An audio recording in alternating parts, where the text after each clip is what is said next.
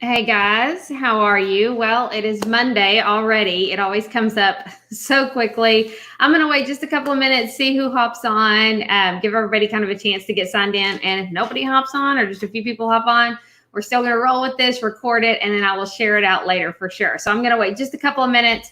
If you are jumping on now, if you don't mind sharing just kind of your name, where you're from, maybe what you do, I would love to connect with you in the comments. So feel free to do that while we wait just a couple of minutes before we get started.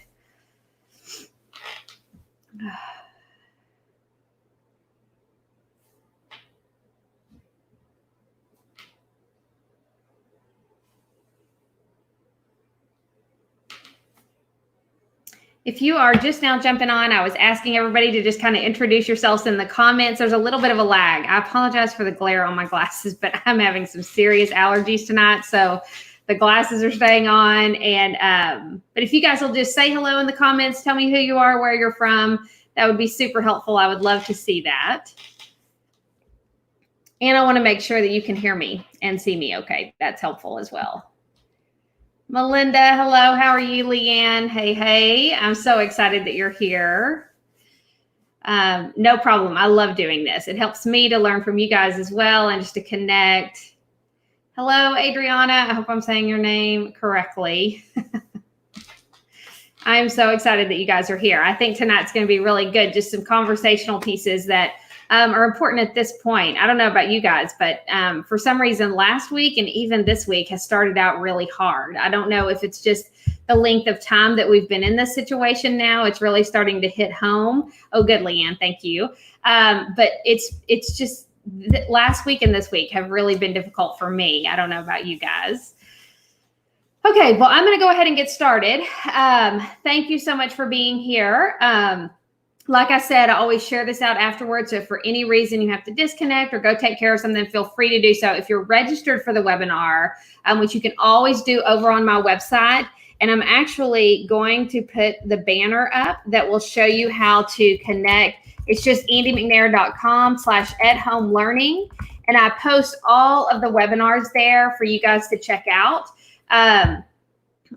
Sometimes I do one, sometimes I do two at a time, but next week's webinar is already up and I'm super stoked about that. And I'm going to share a little bit about that at the end tonight before we wrap up. So you can always find all of the webinars that are coming up, the things that I'm going to be sharing on that website, andymcnair.com/@home-learning. You guys check it out. I know most of you have. You're signing up and that's awesome. But that way, even if for some reason, I get it. There's a lot of times I think I'm going to be really intentional and do some things in the evening and then I don't get to. So that way, even if you miss the webinar, you're still able to have it sent to you and you'll still have access to all of the content. Okay. So all of that being said, tonight we are going to talk about something that I've really been saying a lot. I don't know what's going on with my hair right now. And I'm not going to worry about it. Okay.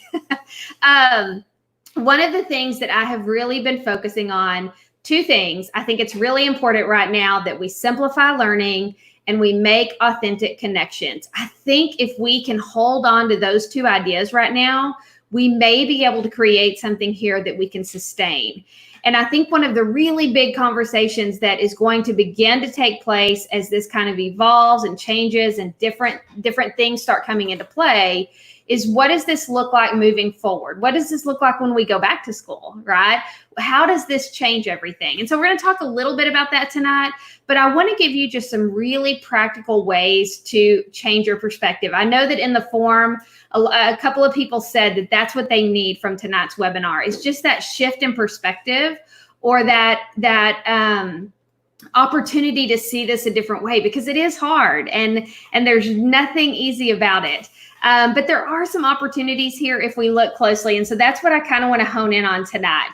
You know, I always want to start with saying, whether it is remote learning or it is learning in the classroom, whatever that looks like, it still has to be meaningful. And that's something I've said really from the beginning, is that I know I say it all the time. And if you've hopped on every week, you're probably sick of hearing that. But it's so important that we continue to share that message. Look, whatever we're doing, whatever we're sending home, now more than ever, it has to be meaningful. They don't have time to waste. And they certainly don't have time to do things that aren't going to result in real learning and aren't going to be meaningful. So definitely something to think about. And then tonight, we're really going to pursue the whole idea of opportunity or obstacle, because you can see this through the lens of both, right? Make no mistake, this is an obstacle. None of us would be here if we didn't have to be.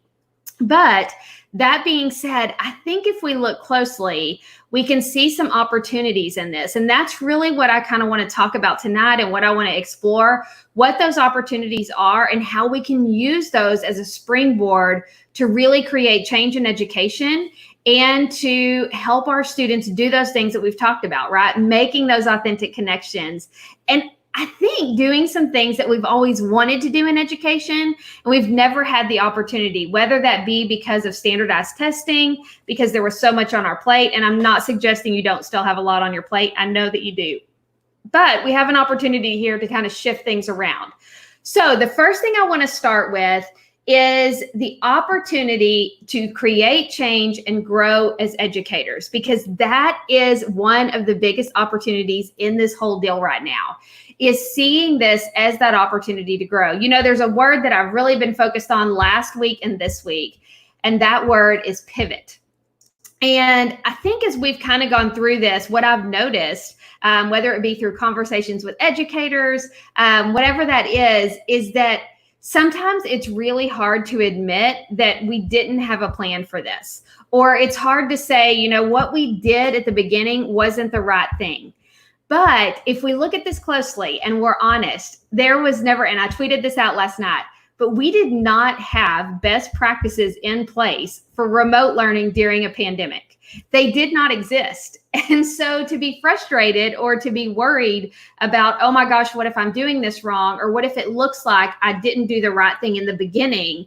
That shouldn't exist, because none of us knew the right thing to do in the beginning, right? None of us had best practices in place. There's not a manual on how to do this. We didn't get this when we went to school. We are all in this unprecedented time that came out of the blue. I mean, we weren't even expecting it. And so that word pivot, I think, is really important. And here's why. I was actually talking to my friend Carrie Espin about this last night on the phone, and we were having the conversation. And I'm a big, I like to look words up and I like to know what they mean. And as we were talking about pivot, we were considering, you know, the definition of pivot and how it means to move around a central point. And so that central point is authentic learning, right? Real learning. That's the central point that we're all kind of moving around and we're in these different places.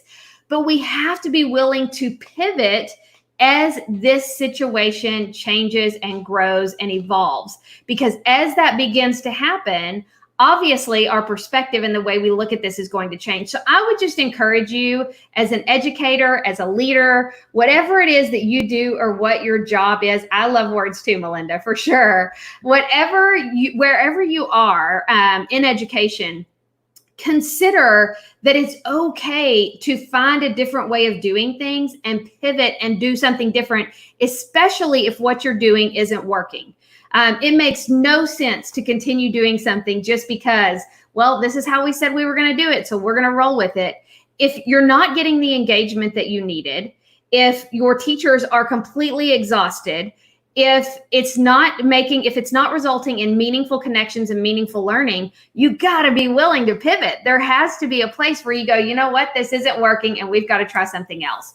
So I think that's really important. And I was reading a great article last night that Carrie shared with me, and it was about, I can't remember it. I'll have to find it and try to link it here. But it was just talking about how when you are willing to pivot, and that's what it is, it's a willingness.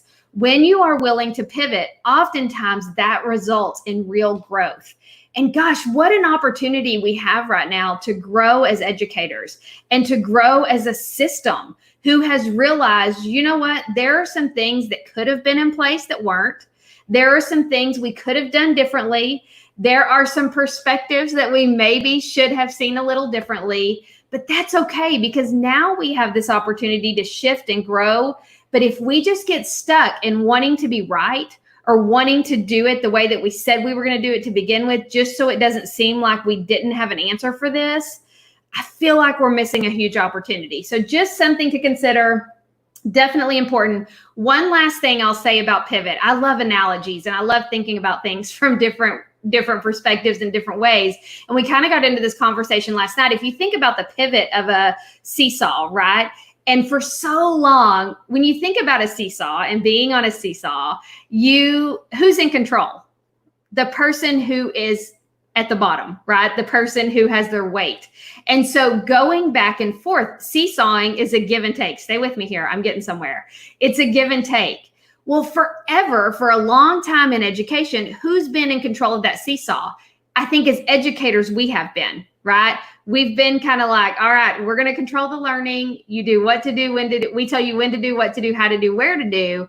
And now all of a sudden, when this happened, the control shifted. And so now our students were in total control, and they get to decide, what learning they invest in. They are deciding whether or not they log in or get into Google Classroom. They are deciding if they invest in the learning. And that's resulting in some big conversations right now because some of them just aren't doing that. And so I think we have to go back to that whole seesaw analogy of it has to be a give and take. And if that give and take isn't there, if we aren't willing to ask for their feedback, if we're not willing to listen to what they're telling us, there's going to be a place where it just stops working. And I think that that's why last week and this week has been really difficult. Is I've heard from a lot of educators that it's just not working anymore, right? We started out really strong and now it's not going as well as we had hoped. So that willingness to pivot, do something different, try something different, ask for feedback, all of those things, really, really important.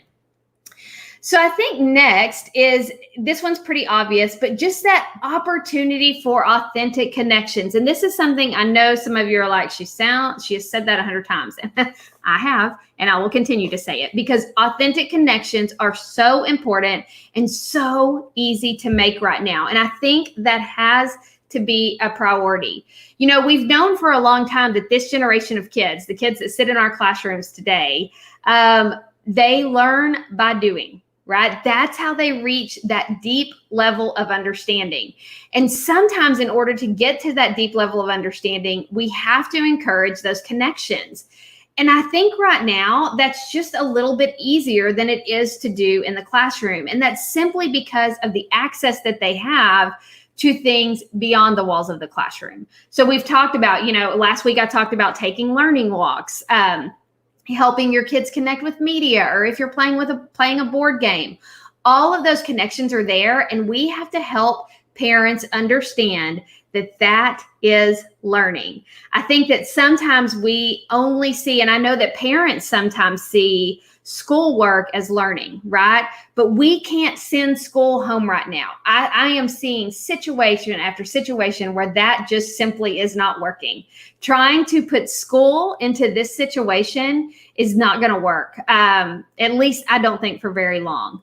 But if instead we can encourage those authentic connections, because helping them understand what real learning looks like, that's where we're going to get the biggest bang for our buck. I think that's when we're really going to see them have those aha moments of, oh, I didn't think about that. And the parents as well, right? Just to think, oh my gosh, when I'm watching a movie and I turn on the subtitles and make them read the movie instead of, that's a connection, right?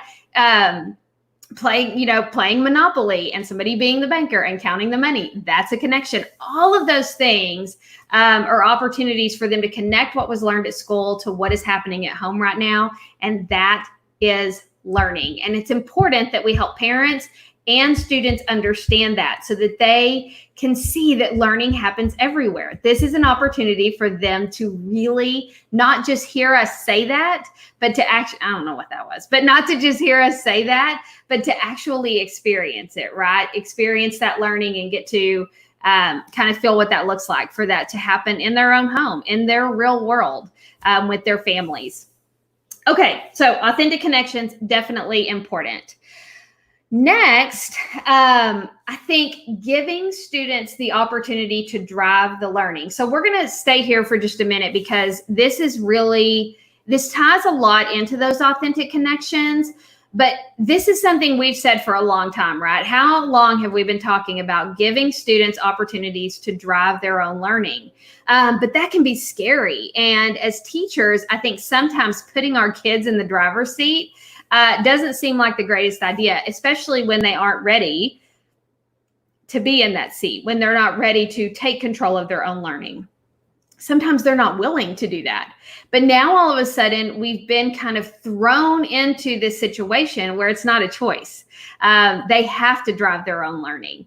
And yes, parents are there to support sometimes. We as teachers are there to support, but they are no longer in our classrooms where we are standing over them or where we can check in on them all of the time. I would imagine that some of you have students that you probably haven't heard from since the pandemic and since school has kind of been let out. And so when we think through that, what does it look like to give them control? And I think there's a few ways you can do that. And I want to talk through some of those just so we can get some real practical things that you can do in this webinar. First of all, I think providing choice during this time is really important. So, you know, the 3 E's, engaging, engage, experience, and empower. Part of that, the process of designing that experience, is giving students choice. That might be as simple as giving them a variety of Wonderopolis articles to read and let them choose which one they read. They're still practicing reading comprehension, still learning vocabulary. I think it's giving them choice in how they show you that they understand something, right? How are they going to demonstrate mastery? Are they going to send that to you in a Flipgrid? Are they going to create an Adobe Spark? You know, what works for them and how can they share their learning? Let them choose that. I think right now, giving them an opportunity to have control over something is really important. Getting their feedback and hearing their voice is huge right now. You know, as the mom of a senior right now, I can tell you that I've talked to so many schools that have heard, that have listened to their seniors before making decisions on graduation, right? They have had a meeting with them and talked with them before making those decisions. And that just gives them, I was talking to a school last week and they said that just gave our seniors just such kind of a sigh of relief to know they had some control over their experience, because they feel like they're not getting control over anything. Everything's been taken away. So anytime you can let them choose as learners and make some choices for themselves, that's not a bad idea for sure. I think being flexible is really important. That's one of the things that I love about the 3 E's. And if you aren't sure what I'm talking about when I talk about the 3 E's, if you will do me a favor and visit this website, just bit.ly /DMLE, that stands for Designing Meaningful Learning Experiences, and it should be 2020. Let me fix that real quick. And that way you guys can see kind of what I'm talking about, and this will make sense. But that website really explains those 3 E's: engage, experience, and empower. And so as we kind of think through that, that gives you the opportunity, gives them the opportunity to be flexible, because one of the things that I think we have to do right now is to design weekly experiences. I think it's really hard to send home daily lessons or daily things that our students are expected to do, simply because of the equity issue and because of every student having a different situation right now. You know, there are kids, and I've said this in every webinar, but I'll say it every time. There are kids who have opportunities to learn with their parents at home. They have learning schedules and there is someone managing their time. But we also have students who both parents are essential workers and they're gone all day. And those kids don't have anybody to kind of support their learning and help them along the way. And so that's important to acknowledge and to just be super honest about. So designing daily experiences and sending those home and expecting them to be done every single day, I feel like that's a really hard thing to ask right now, but I think designing a weekly experience and giving them some flexibility in how and when they complete that experience is really our best bet. And that's what makes sense. But, you know, that's a conversation. Again, that's a conversation with parents and students and all of those things. I just noticed Denise is here. I hope you're still here, Denise. Hey, how are you? It's so good to see you, or to just know you're here, I guess I should say. Okay, so number 1, providing choice. Number 2, being flexible. And then just remaining realistic. Right? I think in the beginning of this situation, we had all of these hopes and dreams of what this might look like. I'll be honest, I did. Like, I remember thinking, you know, this is really going to be an opportunity for this and this and this and this. And then all of a sudden it was a huge slap in the face of, you know what? this is just hard. And I think when we realized it was going to last longer than 2 weeks, that's when for so many of us, it became like, oh my goodness, this is very real. And this is something that we are going to have to figure out. I was sharing last night that it very much is like an obstacle course, right? At first, an obstacle course looks fun. When you look at it, you're like, oh, that looks like a challenge. Let's go. Let's do this. And then all of a sudden you get in the middle of the obstacle course, which is where we are now. And every obstacle starts to seem harder than the first. And you can't wait to get to the finish line. And it seems like you never will. But when you do, and we're not there yet, but when we get to that finish line, we will be able to look back on all of these obstacles that we've overcome, and we'll be able to see that it was because of our willingness to do things like pivot. It was because of our willingness to listen to the feedback that we were hearing from parents and students. It was because of our willingness to collaborate and learn from each other that we finally finished the obstacle course. And in doing so, we are stronger and better than we were before we began. And I think that has to be the goal. So thinking about those three things, I think the last one, remaining realistic, is just about having those honest conversations. You know, don't hesitate to say this is hard and I don't know if this is the right thing to do. I think it's okay to tell parents, you know what, we're going to try this week. I don't know how it's going to play out, but I really just want to hear from you guys on what you think and if it's working. Because again, if it's not working and you're continuing to do it just because you don't want it to seem like you didn't have a plan, you're just wasting your time and theirs. And I don't think that's fair to you. I don't think it's fair to other teachers, and I don't think it's fair to anybody involved. So definitely something we have to consider. But gosh, I definitely understand how hard it can be. So remaining realistic, being honest about the situation, I think is a really good idea right now. So give them that opportunity to drive their learning. And remember, that doesn't mean that you're not in the passenger seat, right? That doesn't mean that if things, make no mistake, if I'm in the passenger seat with my son when he's driving and we are about to have an accident or it's about to go south, I'm going to grab the wheel. And the same is true with student-driven learning. That doesn't mean that we're not in the passenger seat and that we don't still have some control over the situation. It simply means that we trust them enough to let them have the opportunity to drive their learning.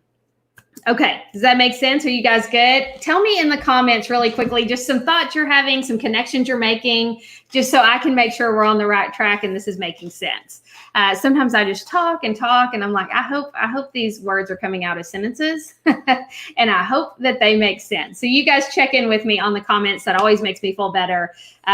We are getting close to being done. I'm definitely not going an hour tonight, but I do have one more thing that I want to share before we wrap up, but I'm going to wait for a couple of comments to come in before I do so.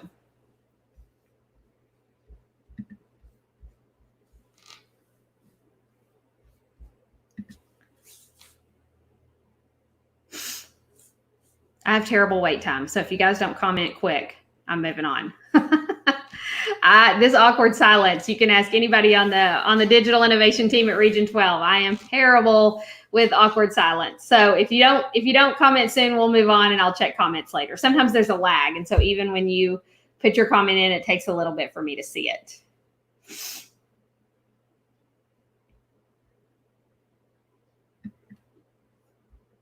Okay, I'm going to move on, and as soon as I do, I'm going to see a comment show up, but that's totally fine.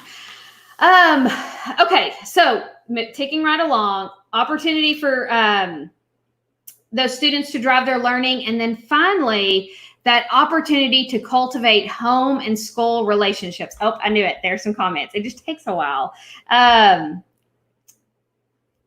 I love the seesaw analogy. So Melinda's saying, I love the seesaw analogy. Would you use that with the kids? I think I would, depending on their age, helping them understand that this is going to have to be a give and take. And you could even ask them, what makes a seesaw fun?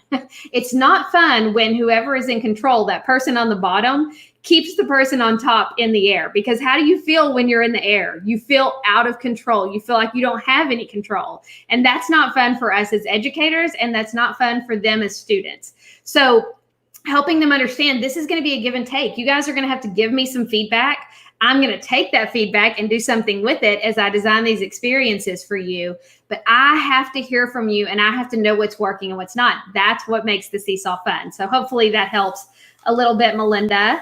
Leanne said frustration with students because teachers, yeah, that's a big conversation, is that whole thinking through, this is not school online. This is very different. I think understanding it, and I think one way you can help people understand that, Leanne, is to have the conversation of remembering that they're not at home simply to be at home, right? Kids are at home right now during a very difficult time.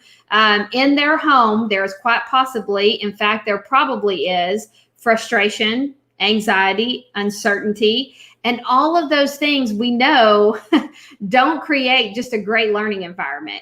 And so being very mindful of that and being connected enough with our learners to know what they're experiencing and what that learning might look like at home, I think is important. And it's just important that it's not school. This is not school. But that doesn't mean learning has to stop. I think that's the key phrase right there. This is not school, but it's an opportunity for our students to understand that learning happens everywhere. So hopefully that helps. And I think having that conversation helps teachers understand. And nobody's doing that. I don't know a teacher out there that is doing that because they want to stress their kids out or because they want to make things difficult. It's simply because that's what we know to do, right? We're doing what we know to do, and we're teaching the way we know to teach. It's just right now we have to be innovative, and we have to be, we kind of have to react to the situation, and we have to understand that this is not school, which is difficult for sure. I definitely don't want to make it sound like it's easy. And I don't want to make it sound like anybody is doing anything wrong, because one of the messages that I've tried to really share is regardless of what you're doing right now, it's enough. But I think if we're going to say that to teachers, we also have to say that to our students, right? We're all in different places. And regardless of what you're doing right now, it's enough. But we want to help them understand that they need to make those connections. Okay, so the next piece is that cultivating home-school relationships. And what does that look like, and what role can that play in this situation? It's really important that we keep those lines of communication open. And I know that it can be frustrating sometimes when you are trying to communicate and you're not getting a response, or you're trying to constantly stay in contact with one or two parents, and those are the parents not getting back with you. It can be hard. But I think I would just encourage you to stay the course, document everything, right? These are when I reached out to this is when I reached out to these parents.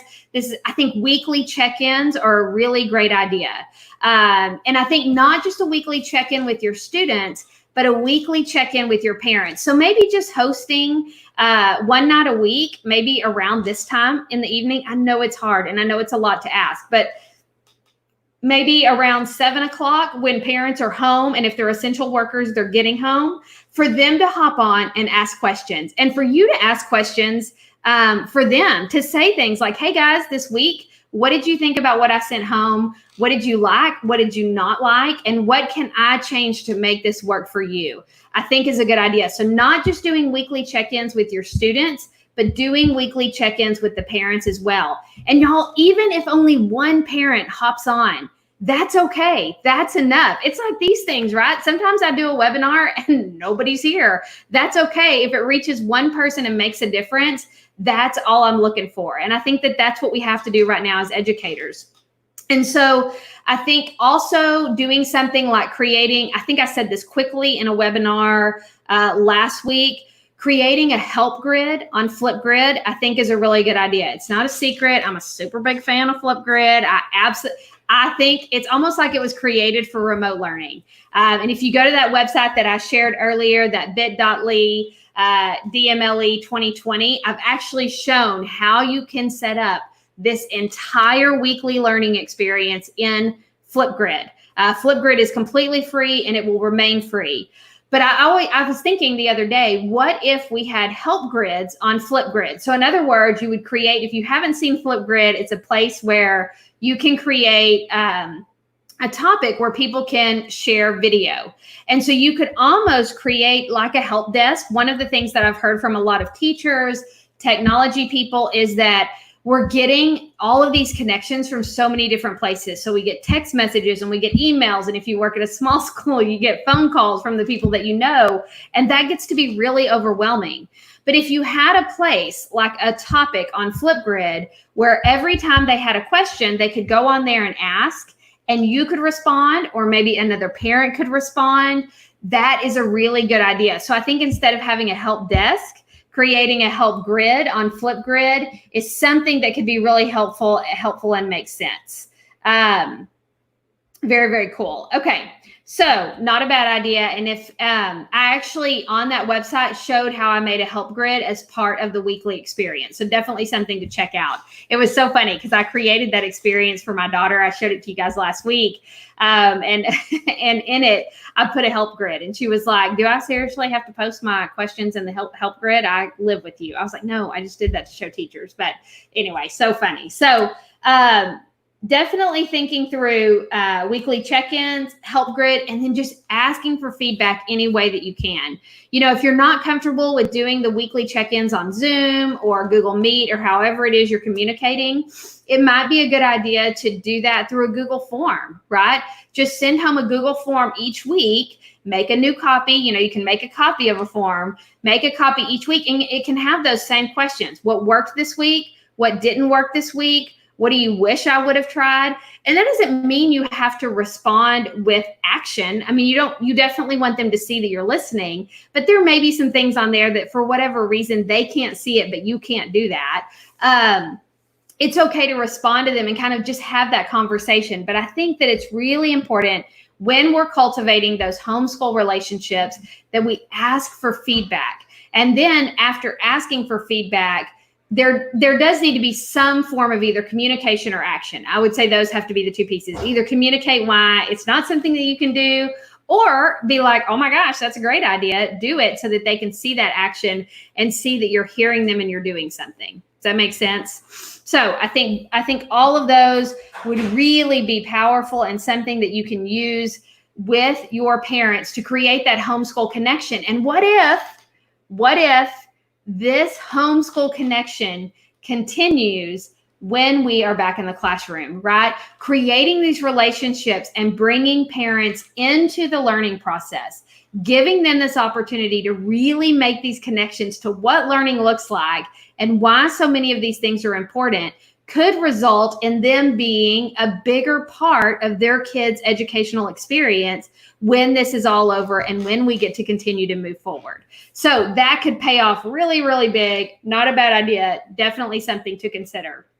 So let's just kind of go through these one more time as we think about the opportunities, because I hope what this has really helped you see is that, like I said, it is an obstacle. Let's just say it's an obstacle course. It's not just one obstacle. It is one obstacle after another. But it's also a great way for us to acknowledge these opportunities and to be intentional about that. And that's a big word too, is that intentionality piece. So number one, it's an opportunity for us to create change in education and to grow as educators. And we talked about that, how important that is to be willing to pivot and to do something different if it isn't working. It's an opportunity for our students to make those authentic connections that we've always wanted them to make, that we've always known those connections are so important for real learning to happen. And now they have that opportunity to do that. And so definitely something to consider. Opportunity for students to drive the learning. Remember, we talked about how that doesn't mean you're not in the passenger seat. It just means that they're in control right now. And that seesaw, they are controlling it. And we've got to find a way for that to be a give and take. And then finally, that opportunity to cultivate home and school relationships so that we are bringing parents on board and helping them realize the role that they can play in their learners' educational experience. So all of those so important. Definitely something to consider and help shift your perspective, right, as an educator. Because like I said, these last 2 weeks, it is so easy to get bogged down. It is so easy to feel like, you know what, there's not an answer. I can't do anything right, or nothing is working.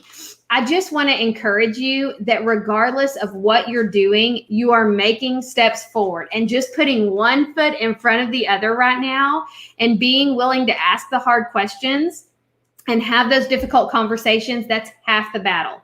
So before I wrap up, I'm getting close to wrapping up. I promise. I know you guys have things to do.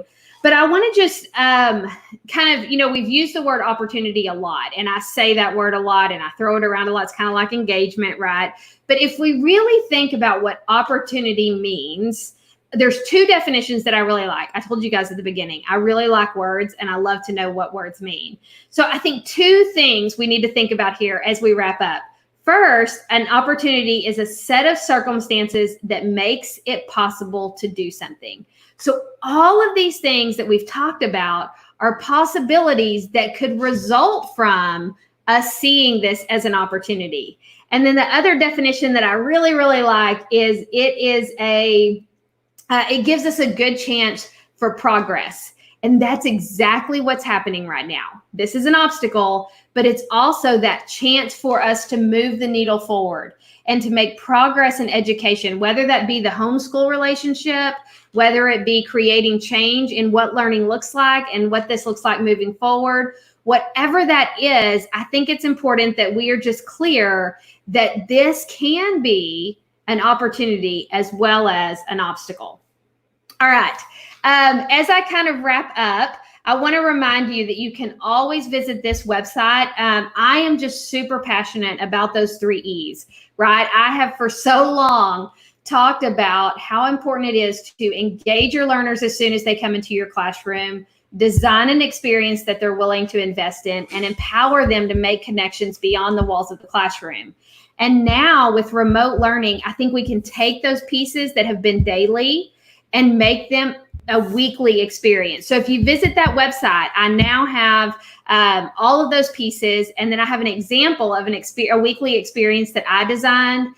There is a planning form, a form for you to share with parents. And now just recently, I included a single point rubric. And if you haven't seen single point rubrics, they're very cool. Great way to give feedback. But I just provided that single point rubric in case you're required to give feedback to your students right now. There's that big conversation about feedback and grades right now, and I'm probably going to do a webinar on that soon. But I think feedback is really important right now. And that single point rubric that's on the website is definitely something that you can use. So check that out. That's the website. You can see it on the screen, DMLE 2020. I for sure want you guys to check that out and just see what you think about that weekly experience of engaging them. That's that willingness to invest, designing that experience, the opportunity to learn, and then that empower piece where they make the connection. Definitely something I can see working during this time, and something that you could consider if you're looking for a new plan, or maybe you're getting ready to pivot, or what you're doing isn't working. Remember, that's a willingness to find something different and do something new and just see if it works and get that feedback. I think all of that being said, I really, really appreciate you guys. And the Meaningful Mess community means so much to me, especially during this time. I do want to tell you that next week's webinar is already up and going on the website. By up and going, I mean you can register. It's not like it's happening right now. But you can go to andymcnair.com/@home-learning. I'm super stoked about next week because we are doing a webinar called Perspectives. And I got to thinking, you know what? If we're going to have this conversation about bringing everybody to the table, I'm going to do that. And so it's not just going to be me next week. It'll be the perspectives from educators, parents, and students as well, so that we can kind of see what this is looking like for everyone, how we can kind of move forward with this and what this is going to look like. So definitely next week, you don't want to miss it, and share with everyone that you know. That webinar is called Perspectives. We're going to have a bunch of people at the table, and we're just going to hash it out, figure out what's working, what's not, what everybody needs, and just get some feedback from the different stakeholders in this situation. So that all being said, I appreciate you guys so much. And I never want it to sound like I think this is easy or that I have all of the answers, because I definitely do not. But I just appreciate this opportunity to hop on and share my thoughts and to connect with you guys. I thank you for taking time out of your evening to watch and to share in the comments. I would love it if you would share these webinars with anyone you think that might be interested. And they can always, again, go to andymcnair.com/@home-learning to check it out. So that being said, I just want to tell you guys, I hope you get some rest tonight. I hope you have a great rest of the week. Stay tuned. I'm going to be sharing a lot of things coming up this week. I appreciate you so much. Please get some rest and know how much you're appreciated. All right. I'll talk to you guys soon.